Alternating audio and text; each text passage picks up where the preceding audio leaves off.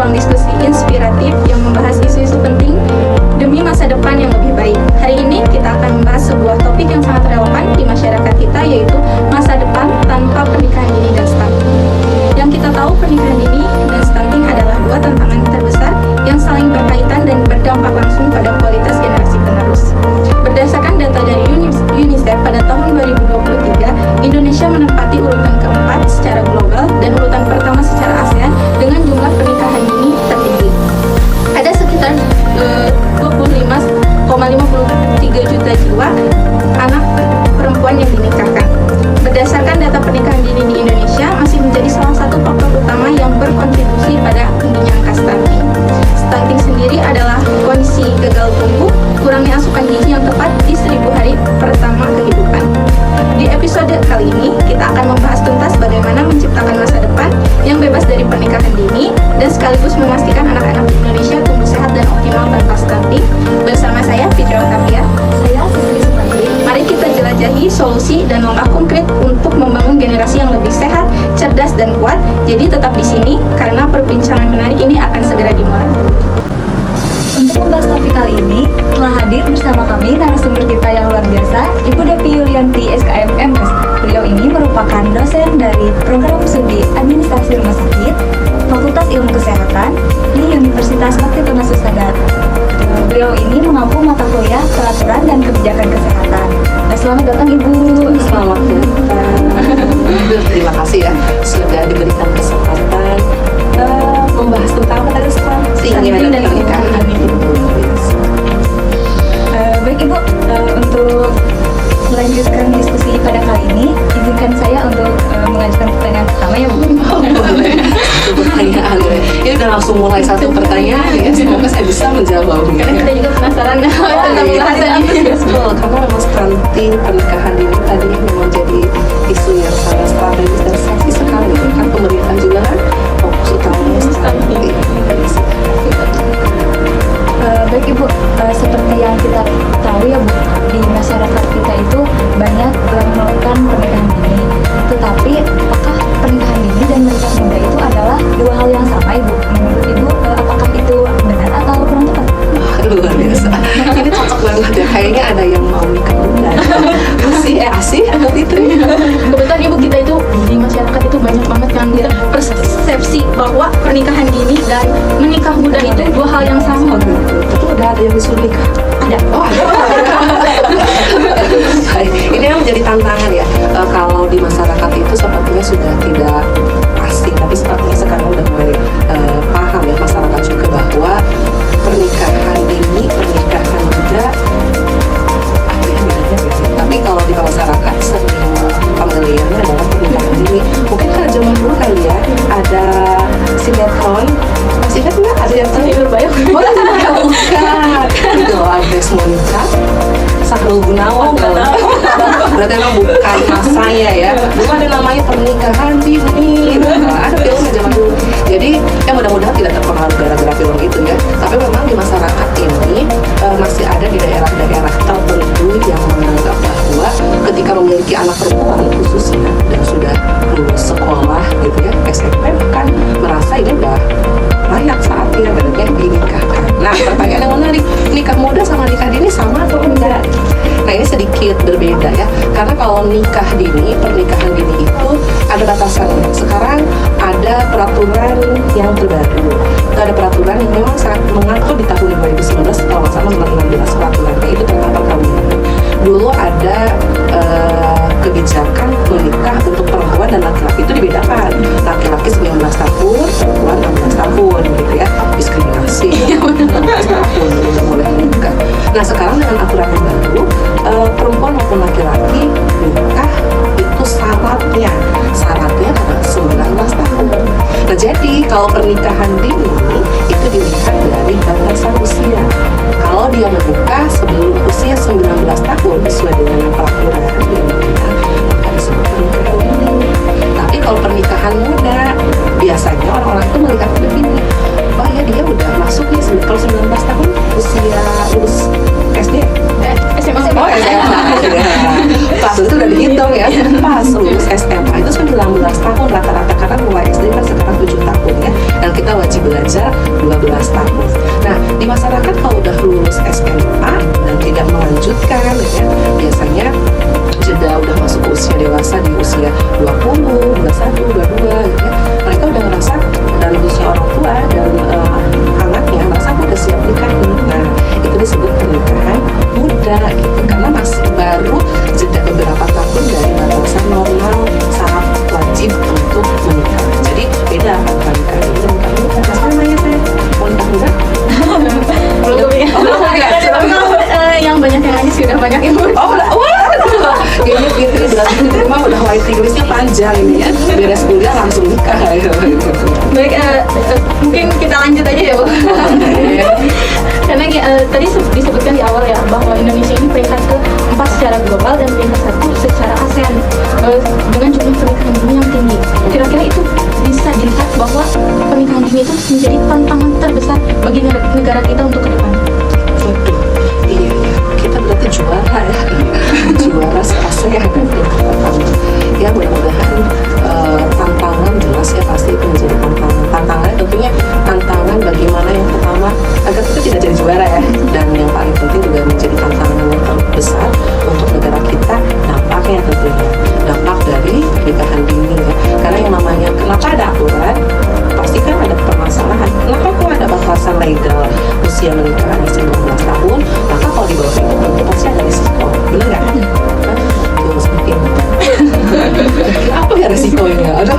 Nah, kalau resikonya itu jelas pasti kalau secara psikologis ya, usia berarti kan dikatakan kalau dia nikah dini belum usia 19 tahun, secara psikologis kan belum matang.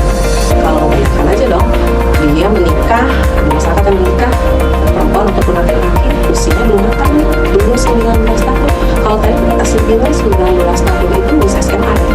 Ini pernikahan dini di bawah 19 tahun, berarti dia udah lulus SMA tuh? Belum ya? Belum, betul, masih sekolah. Kira-kira lulus SMA nggak itu? Enggak. Kemungkinan besar juga tidak ya. Berarti punya ijazah SMA kan?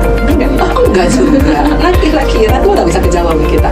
Kalau masyarakat kita banyak yang melakukan pernikahan dini, ada pernikahan dini entah itu dengan sengaja ataupun tidak sengaja karena efek mungkin hamil duluan, sudah 3 bulan, dan akhirnya kepaksa menikah duluan.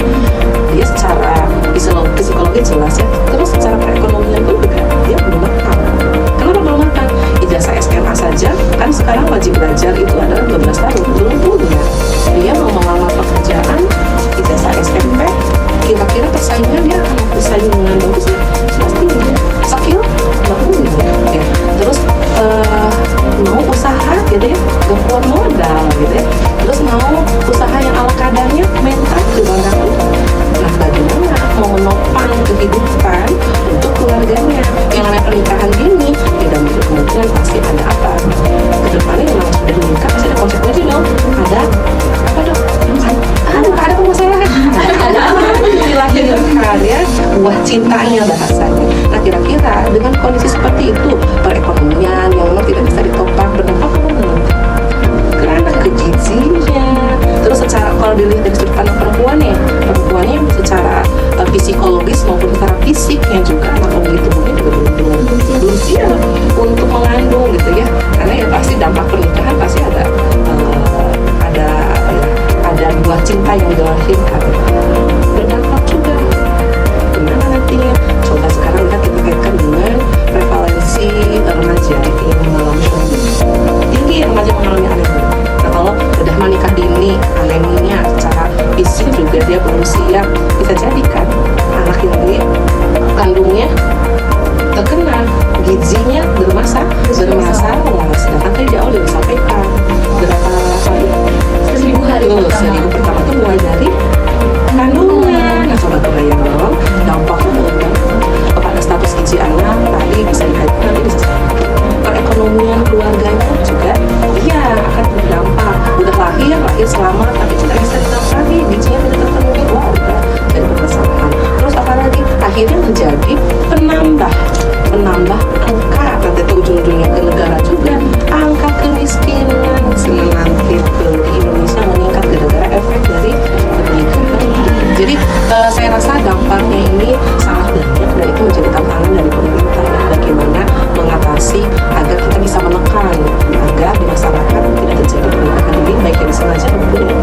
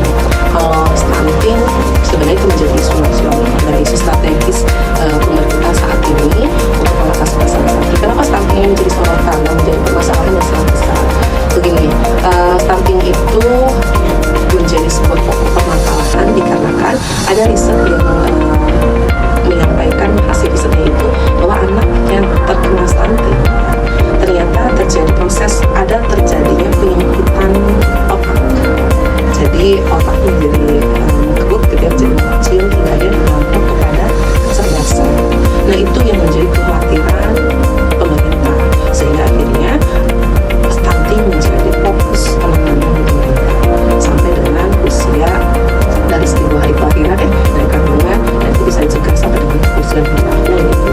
Nah, kaitan dengan hal tersebut tentunya kalau itu tidak bisa diatasi, kita tidak bisa menekan stunting gitu ya, ada kekhawatiran dampaknya kepada kecerdasan SDM Indonesia. Kan Indonesia sedang menerbitkan SDM unggul ya, SDM unggul dan Indonesia emas gitu ya, sampai 2045 ya kalau nggak salah. Nah itu jadi stunting ya jelas sangat perlu menjadi perhatian, meskipun memang banyak juga pakar-pakar yang menyampaikan bahwa stunting jangan jadi kekhawatiran yang berlebih gitu ya. Ada juga pakar yang menyampaikan seperti itu karena dilihat dari rata-rata tinggi masyarakat Indonesia kalau dibandingkan dengan Eropa jelas berbeda. Tapi memang kita lepas dari itu, kita melihat salah satu riset, dan riset pasti jelas valid ya, itu ada penyempitan otaknya pada otak anak. Jadi itu yang dikhawatirkan, jangan sampai itu terjadi. Banyak masalah anak-anak yang stunting terjadi penyempitan, benar terjadi penyempitan. Kemudian dong generasi emas Indonesia akan tidak seperti apa. Nanti nggak ada asi-asi, nggak ada aksi, nggak ada kita pintar. Karena tadi bahaya dari stunting itu penyempitan pada otak ya Bu. Kemudian pemerintah mengeluarkan seperti program, salah satunya itu program makan siang gratis kepada anak-anak, kemudian pemberian asam folat kepada ibu hamil, kemudian tadi seperti di awal mengubah minimal pernikahan ini juga karena upaya menekan angka yang tinggi di Indonesia. Bagaimana tanggapan Ibu mengenai program makan siang gratis dan pemberian asam folat? Luar biasa, ini isu-isu yang sangat menarik ya, karena menjadi salah satu trending juga nih saat awal-awal pemilihan presiden, dan alhamdulillah kalau presiden terpilih sekarang dan itu direalisasikan. Nah kalau menurut saya, pandangan saya kaitan dengan program tersebut ya bagus, asal tepat sasaran gitu. Kenapa? Kalau untuk makan siang gratis, kalau kita kaitkan dengan isu stunting ya, makan siang gratis ini kan sasarannya anak SD kan. SD itu usia kelas 1 saja sekarang minimal 7 tahun ya. Jadi kalau untuk makan siang gratis kita kaitkan dengan stunting sepertinya memang kurang tepat, karena tidak bisa untuk mengatasi masalah stunting. Tapi kalau kita kaitkan makan siang gratis ini kaitan dengan bagaimana pemenuhan gizi anak gitu ya, karena kan memang banyak riset yang menyampaikan salah satu kecerdasan anak itu salah satunya adalah dari mana? Asupan nutrisi. Nah sedangkan permasalahan di Indonesia banyak sekali kaitan dengan pertama maksudnya anak-anak sekolah yang tidak sarapan gitu ya, di sekolah jajanannya luar biasa sekarang, karena belum semua sekolah itu punya kantin sehat, dan tidak semua sekolah itu menyediakan catering juga. Jadi banyak siswa-siswa sekolah yang memang jajan itu memang sembarangan. Jadi dari aspek nutrisi tidak terperhatikan. Di rumah juga mungkin kalau ada keterbatasan ekonomi atau mungkin keterbatasan dari kedekatan orang tua dengan anak yang memang orang tua yang sangat sibuk mungkin ya. Jadi akhirnya kandungan kebutuhan gizi atau nutrisi untuk anak ini sedikit terabaikan. Nah, pemerintah ada kekhawatiran juga nih bagaimana untuk kecerdasannya gitu ya, bagaimana untuk nutrisi ataupun gizi anak-anak di masa sekolah. Nah kalau dikaitkan dengan itu saya setuju, tapi kalau makan siang gratis dikaitkan dengan stunting kayaknya kurang tepat, karena tadi stunting kan 1000 hari ke masa kelahiran ya, terus juga itu juga maksimal sampai dengan usia 5 tahun gitu. Nah kalau sampai dengan setelah 5 tahun ke sini udah terlambat. Ini sih kita nggak akan dapat kajian gratis. Ini tuh mahasiswa kosan ya. Tadi makan siang gratis ya. Terus satu lagi tuh asam folat ya, asam folat. Nah ini juga menjadi, aduh langsung ya di X, di IG juga jadi trending topik. Tapi alhamdulillah sekarang sepertinya akan direalisasikan. Meskipun memang itu dari dulu juga berkaitan dengan ibu hamil luar biasa ya, pemerintah perhatian melalui program yang sudah sekarang berjalan. Ada posyandu ya, pemeriksaan untuk ibu hamil. Misalnya di posyandu pun juga ini katanya kasih kader juga ya. Nah itu bisa ditanyakan ke Pak Kasih, ibu bidan dan tenaga kesehatan sudah sangat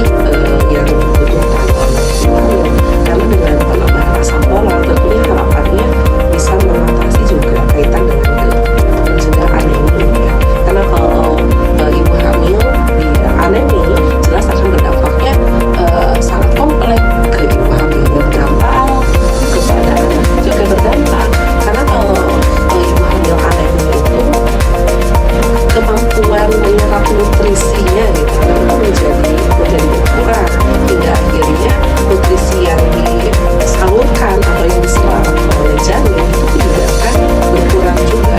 Dan selain itu kalau ibu hamil anemi juga ya, maka itu akan berdampak pada saat proses persalinan katanya itu saya bukan bidan tapi katanya akan berdampak pada saat proses kelahiran itu melahirkan beresiko terjadi pendarahan katanya. Nah itu hal yang sangat ditakutkan karena kalau terjadi pendarahan yang luar biasa bisa mengakibatkan kematian aki-aki malah jadi menjadi tidak gigi. Jadi ya mudah-mudahan dengan program tersebut bisa efektif ya untuk mencegah khususnya tadi stunting di masyarakat di Indonesia. Mungkin masih bisa ditanyakan lagi Pak ya. Baik Ibu, lanjut ya Bu. Ini ada kasusnya Bu di sekitar rumah saya. Nah, si ibu itu kan anaknya dinyatakan stunting, tetapi ketika didatangi oleh kader posyandu, beliau menolak pemberian makanan tambahan Bu. Nah, alasannya itu karena beliau kurang paham tentang stunting. Jadi menurut Ibu, bagaimana sih untuk menghadapi hal seperti itu? Iya, gimana katanya kalau ada masyarakat yang menolak nih, mau aku nggak mau, kayaknya itu ini ya masih ada rasa bahwa stigma negatif betul. Jadi masa iya sih aku stunting karena di masyarakat itu kedengar stunting identiknya itu anak kerdil betul cebol sebenarnya, padahal kan bukan itu sebenarnya stunting. Jadi ngerasa wah itu aib sekali. Nah bagaimana caranya ketika ada di masyarakat yang memang sudah dinyatakan oleh tenaga kesehatan bahwa anak tersebut dilihat dari perkembangan pertumbuhan tinggi badannya masuk ke kategori stunting. Ini kan sebenarnya bisa dicegah, bisa diatasi dengan perbaikan status gizinya gitu. Hingga akhirnya terus kalau gizinya kita perbaiki di beberapa tahun ke depan tidak kemungkinan pertumbuhannya sesuai dengan usia di pertumbuhan di usianya gitu, sehingga ya bisa masuk tidak lagi ke garis stunting. Nah gimana caranya? Ini teknik komunikasi. Jadi bagaimana caranya agar masyarakat ini mau menerima edukasi maupun tadi pemberian PMT ya, PMT gratis gitu ya dari pemerintah khususnya tenaga kesehatan. Pertama, kalau kita memang belum diterima ya oleh masyarakat, berarti harus ada pendekatan ke tokoh dulu nih. Lihat di situ tokoh ada nggak seseorang yang ditokohkan. Jadi kalau kita nakes yang datang ke sana langsung ditolak, udah kita lihat bareng ke sana dengan tadi tokoh masyarakat sehingga mereka lebih percaya. Terus yang kedua, dengan pendekatan tersebut kita gunakan bahasa. Tadi kan mungkin ada stigma negatif dan ada kekhawatiran, di anak aku disebutnya si anak cebol gitu. Padahal kan itu cebol enggak cebol bahasa.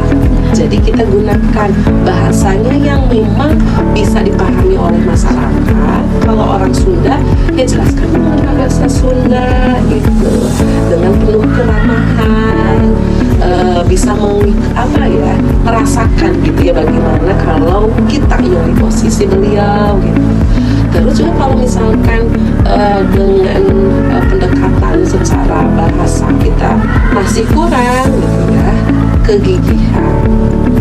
Kadang kalau kitanya gigih masa iya ditolak terus. Kita pendekatan kepada masyarakat ya. Saya yakin dengan cara-cara yang seperti itu dan kita memahami lokal wisdom budaya setempat, insya Allah kita bisa akan lebih mudah diterima dan mudah-mudahan masyarakat tersebut ya ibu-ibu di tetangganya Laksih bisa lebih percaya dan bisa lebih paham bahwa oh iya ternyata ini bukan sebuah hal aib dan memang harus diatasi, dan akhirnya memahami mau menerima PMT dan perhatian dari tenaga kesehatan. Baik Bu, jadi sosialisasi itu penting banget ya Bu, terutama untuk mencegah adanya stigma sosial dari orang-orang di sekitar kita. Bener, sosialisasi. Kuncinya sosialisasi. Ini ada medsos nggak? Ada. Nah, itu dipakai medsosnya. Kemudian lanjut lagi nih Bu.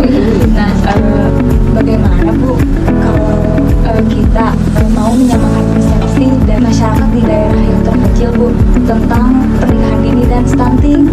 Nah, tadi kan sama Ibu bisa dengan menggunakan tokoh masyarakat ya Bu. Nah, tapi mungkin kita juga perlu kegigihan ya Bu. Selain dengan sosialisasi dan peran dari tokoh masyarakat itu, apalagi kira-kira Bu agar persepsi mereka tentang pernikahan dini dan stunting itu bisa lambat laun diterima. Luar biasa ya, berat-berat pertanyaan. Gimana ya kalau biar masyarakat terpencil khususnya mau menerima kaitan dengan salah satu tadi kebijakan ya, bahwa pernikahan dini itu ya harus dicegah dan tidak boleh menikah dini gitu sebelum usianya lebih dari 19 tahun ya, karena batasannya boleh menikah di 19 tahun. Terus dampaknya juga mereka tahu, oh iya ternyata ada dampak, salah satunya dampak kepada anak, kesehatan anak juga. Nah gimana caranya? Ya kira-kira caranya kalau kalian terpencil apa nih? Dikasih uang. Kan sih paling lebih ke pengen akses internet tuh biar gitu. kita lebih paham dengan dunia luar. Oh gitu, iya akses deh. Mungkin karena ada keterbatasan informasi. Nah itu kuncinya adalah terpencil. Kalau terpencil itu ada kan kita pun di Indonesia ada yang namanya daerah 3T ya. Ada yang terpencil, terus perbatasan gitu dan terdalam gitu ya kalau nggak salah. Nah kaitan dengan daerah-daerah terpencil yang menjadi permasalahan itu adalah informasi. Betul ya, setuju dengan yang tadi disampaikan oleh Teh Asih bahwa informasi mereka akses informasi yang kurang. Nah gimana Bu pendekatan dengan tokoh masyarakat sudah, terus juga kegigihan sosialisasi oleh nakes juga sudah dilakukan, tapi tetap aja di daerah terpencil itu pernikahan dininya tinggi. Nah apa yang harus dilakukan? Nah tentunya kita kalau misalkan informasi dari nakes sudah, informasi dari tokoh masyarakat juga sudah gitu ya, bahkan mereka pun juga sebenarnya meskipun terpencil sekarang akses internet juga sudah ada gitu. Apalagi ya Bu, udahlah aku menyerah aja, jangan ya deh, jangan menyerah. Tapi yang harus kita lakukan, kita gali dulu nih akar permasalahannya. Kenapa kok masih tinggi pernikahan dini ya? Jangan-jangan ada stigma bahwa di masyarakat daerah terpencil itu ketika anak gitu ya, apalagi kalau anak perempuan ya, sudah memiliki anak perempuan ataupun anak laki-laki, menganggap itu adalah beban. Ini mah beban, biar aku selaku orang tua hilang bebannya, ya udah aku nikahkan. Nah bisa jadi itu mungkin yang menjadi akar permasalahannya, karena kalau kita hanya menyampaikan oh iya batasan yang boleh nikah itu 19 tahun, oh iya kalau nikah di bawah itu ada dampaknya, mereka udah tahu tapi mereka nggak mau melakukan. Bisa jadi karena Andi menganggap bahwa ya beban udah tahu pun juga ya udahlah dinikahkan aja, atau aku beban aku hilang. Nah berarti kalau misalkan permasalahan adalah dianggap itu sebuah beban gitu ya, maka kegigihan tentunya dari siapa? Dari tokoh pemangku kebijakan, tokoh masyarakat dan pemangku kebijakan daerah setempat untuk terus gak bosan, gak terhenti mensosialisasikan, tapi bukan lebih kepada sosialisasi untuk batasan usia, untuk kategori usia yang diperbolehkan untuk menikah, tapi lebih kepada bagaimana sebenarnya kaitan dengan peranan atau tugas pokok dan fungsi sebuah orang keluarga dalam menopang atau mendorong sebuah keberhasilan siapa anaknya gitu. Karena pendekatan spiritual juga sepertinya itu diperlukan, karena kalau misalkan tanpa ada pendekatan spiritual pun juga saya yakin pasti ibaratnya perjuangan itu juga terasa hampa, kosong gitu ya. Itu bisa kita lakukan dengan pendekatan spiritual, bukan hanya tokoh masyarakat tapi Jadi kita gerakan juga bersama dengan tokoh agama. Ya mudah-mudahan dengan berbagai cara dan kegigihan dari masyarakat, khususnya kita pun juga sebenarnya banyak yang bisa kita lakukan peranannya, bisa merubah stigma bahwa anak itu adalah Tuhan. Dengan kita nikahkan maka beban kita hilang. Mudah-mudahan itu menjadi sedikit demi sedikit menjadi hilang paradigma seperti itu. Kuncinya mah tetap semangat untuk memberikan edukasi pendampingan kepada masyarakat. Baik Ibu, jadi intinya parenting itu sangat penting banget ya Bu, apalagi buat mereka yang kurang paham gitu ya Bu. Sambil juga didampingi oleh tokoh-tokoh dan pemangku kepentingan di Indonesia. Terus karena biasanya masyarakat itu kan ada ini ya, ada secara teori beberapa faktor yang merubah perilaku. Nah, salah satunya faktor yang berperan itu adalah dukungan. Nah, dukungan dari siapa? Dukungan dari tokoh, dukungan dari tenaga kesehatan, dukungan dari keluarga.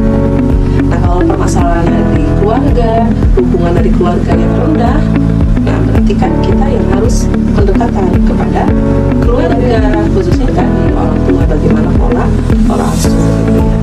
Kemudian Ibu, saya sebagai mahasiswa ya masih banyak di masyarakat itu pernikahan dini. Kemudian kan yang kita tahu di Undang-Undang Nomor 16 tahun 2019 itu bisa mengajukan dispensasi pernikahan dini dengan syarat kalau memang ada hal-hal yang tidak bisa dihindari mungkin ya. Tapi pada tahun 2020 saat COVID dimulai, itu pengadilan itu ada sekitar 63.000 kasus dispensasi, baik dengan alasan dan tanpa alasan. Seharusnya yang tanpa alasan ini sebenarnya nggak boleh ya harusnya, tapi kenapa kok pengadilan justru malah memberikan izin? Padahal kan di undang-undang sudah dijelaskan diberikan dispensasi untuk hal-hal yang mendesak ya. Dan perkembangan ini sebenarnya harusnya pemerintah itu lebih menegaskan sanksi atau justru mengubah peraturan kembali atau kebijakannya yang harus diubahkah katanya Bu, perlu diubah nggak sih itu aturannya gitu ya, ataukah dijalankan, ditegakkan aturannya. Nah, ini ada hal yang memang mungkin ketika pemangku kebijakan itu bingung, harus gimana. Tapi harus kita pahami bahwa yang namanya regulasi itu jelas tidak akan membuat semua orang lain senang gitu ya.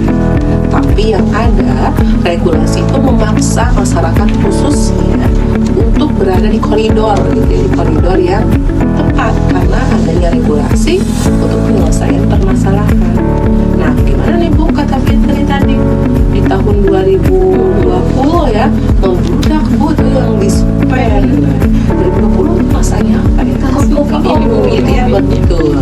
Rata-rata minta dispen, berarti karena efek COVID gitu ya.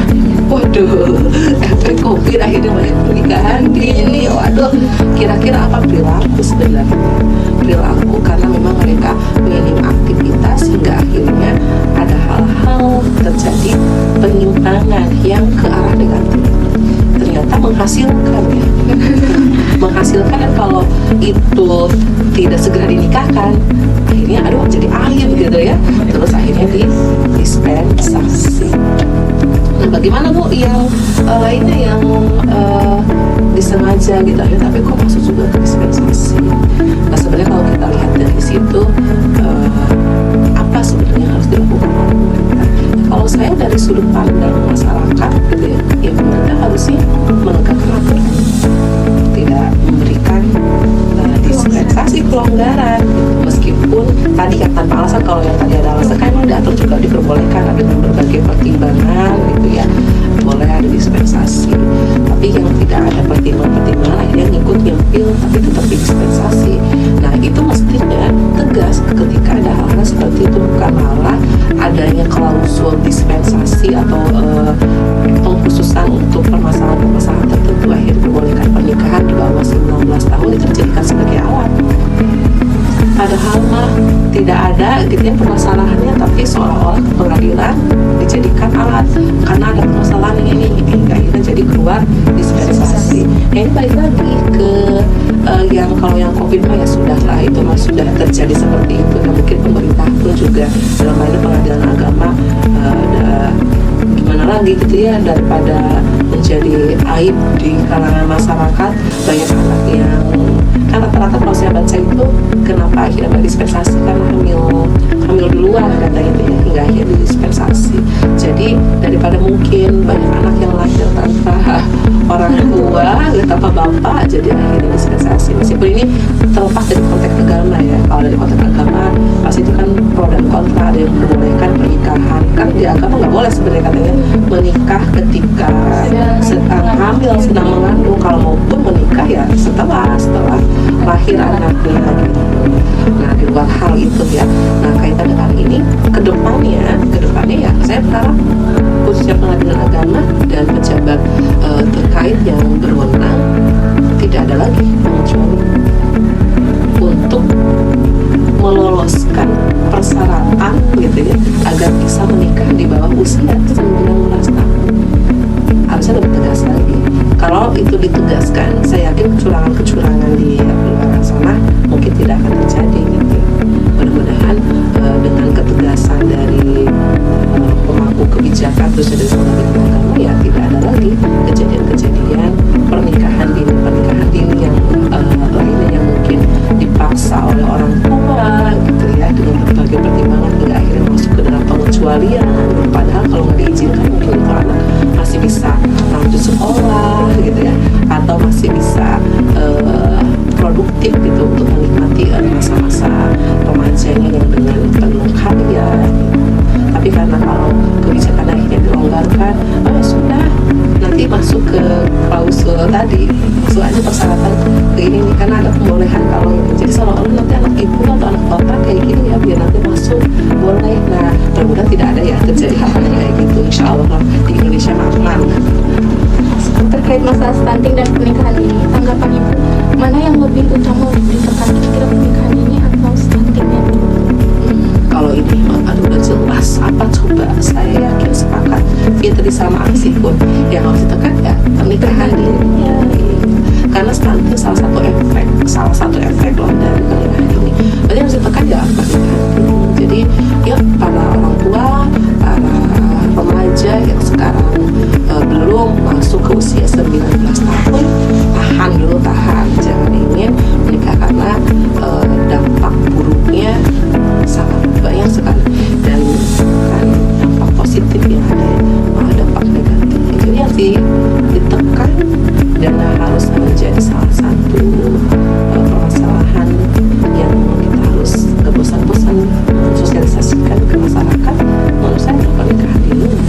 Karena percuma Ibu ya, kalau misalkan kita menekan stunting tapi yang pernikahan dini tidak ditekan, karena pasti masih tetap banyak juga stunting yang akan datang lagi.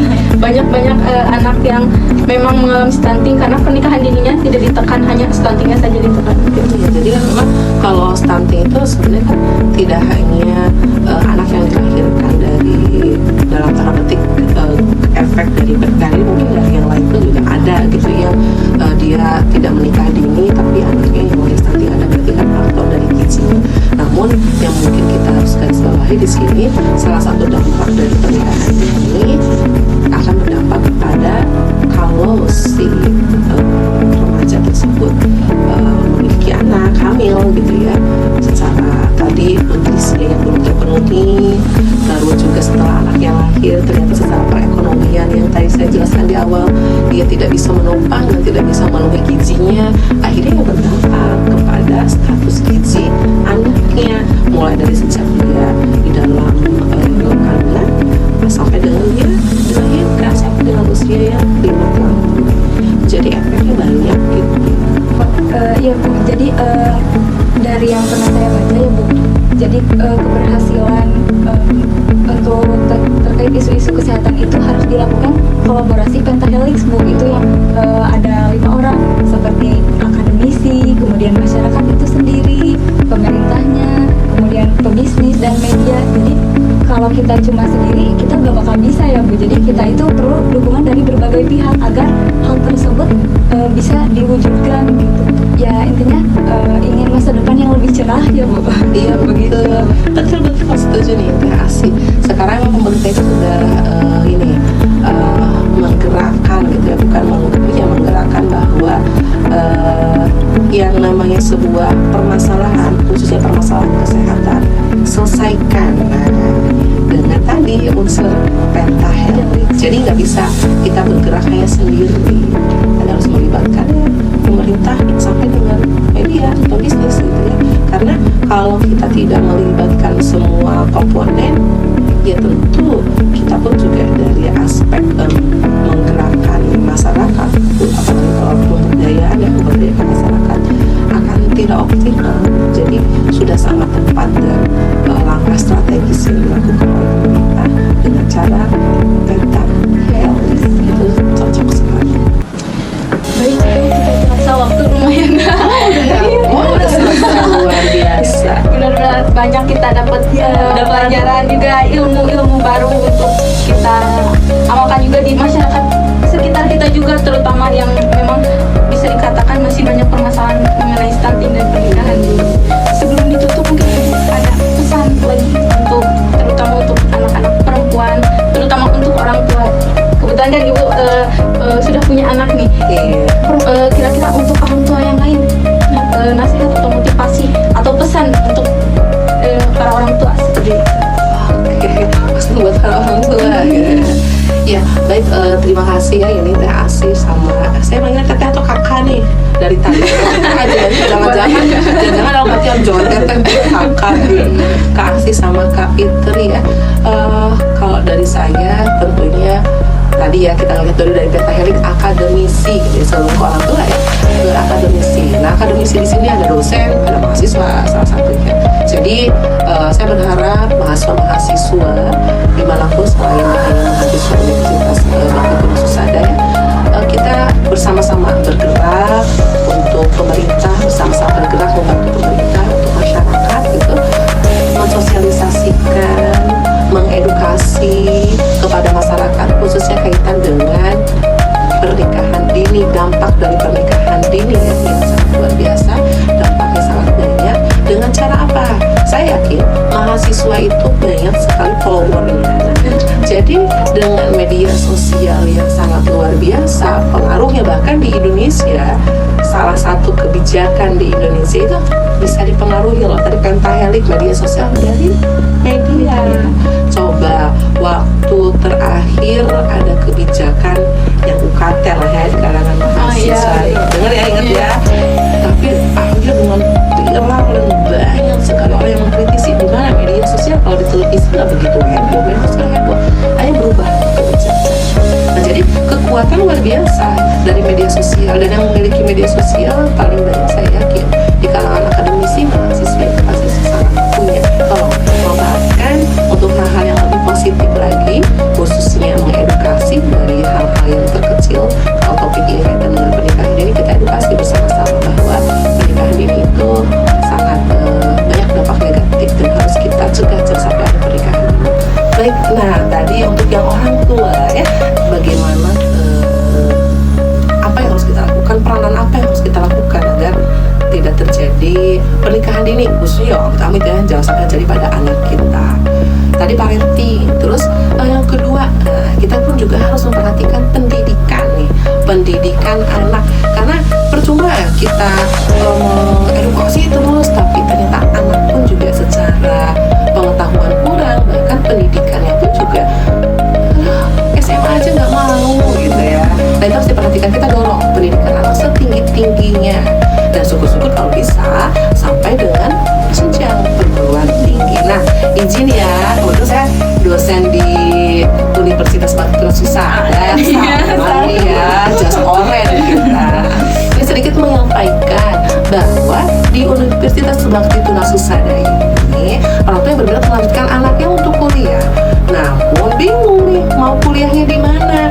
Ya sudah, pilihlah di PTH, banyak sekali program studinya, dan bukan hanya itu, banyak luar biasa beasiswa yang bisa diraih. Jadi kalau ada keterbatasan kaitan dengan pembiayaan, pilihlah beasiswanya. Jadi kuliah dapat gitu ya, pendidikan dapat, beasiswanya dapat, dan bisa menjadi juga pencegah nih pernikahan dini, kan anaknya kuliah gitu ya. Pasti kalau anak kuliah disuruh nikah nanti dulu. Jadi alhamdulillah semoga pernikahan dini di Indonesia, khususnya di wilayah Tasikmalaya, Banjar, Garut, gitu ya, Cirebon, Ciamis, bisa kita tekan, minimalisir dengan mendorong anak-anaknya untuk kuliah di BPH, raihlah beasiswa. Terima kasih banyak Ibu telah meluangkan waktu Ibu untuk sharing dan berbagi ilmu-ilmu baru bersama kami ya Bu. Banyak sekali ilmu-ilmu baru yang kita dapatkan, terutama tentang pernikahan dini dan stunting itu sendiri ya Bu. Nah, untuk para pendengar, mari kita menuju Indonesia yang lebih cerah. Nah, tentunya kita sebagai mahasiswa, seperti yang Ibu bilang tadi ya, mahasiswa itu adalah agent of change atau agen perubahan, maka kita harus memberikan edukasi, dukungan, serta kesadaran yang merupakan kunci utama untuk mewujudkan generasi yang sehat, cerdas, dan berdaya. Saya yakin, atas diskusi kali ini, banyak dari kita yang tercerahkan dan lebih paham tentang pentingnya mencegah pernikahan dini dan stunting untuk masa depan yang lebih cerah. Pernikahan dini bukanlah solusi, tetapi pendidikan dan pemberdayaan adalah kunci untuk masa depan yang lebih baik. Mari kita bekerja bersama untuk menuju Indonesia yang bebas dari pernikahan dini dan stunting. Tetap semangat untuk masa depan yang lebih cerah. Terima kasih telah mendengarkan podcast kami. Jangan lupa untuk berbagi podcast ini dengan orang-orang sekitar dan teman-teman semuanya. Sampai jumpa di lain waktu berikutnya. Wassalamualaikum warahmatullahi wabarakatuh.